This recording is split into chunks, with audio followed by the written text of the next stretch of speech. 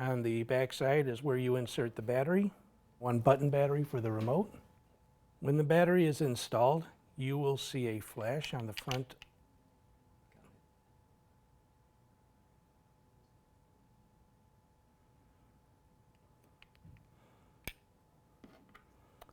And then you just put the cover on. This is what we call a bayonet catch.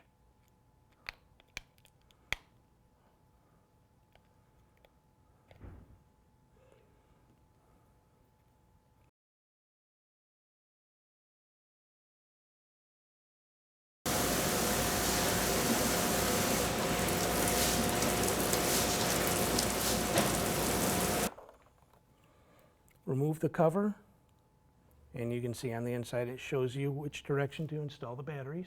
3 AAA for the shower head. They just simply snap into here.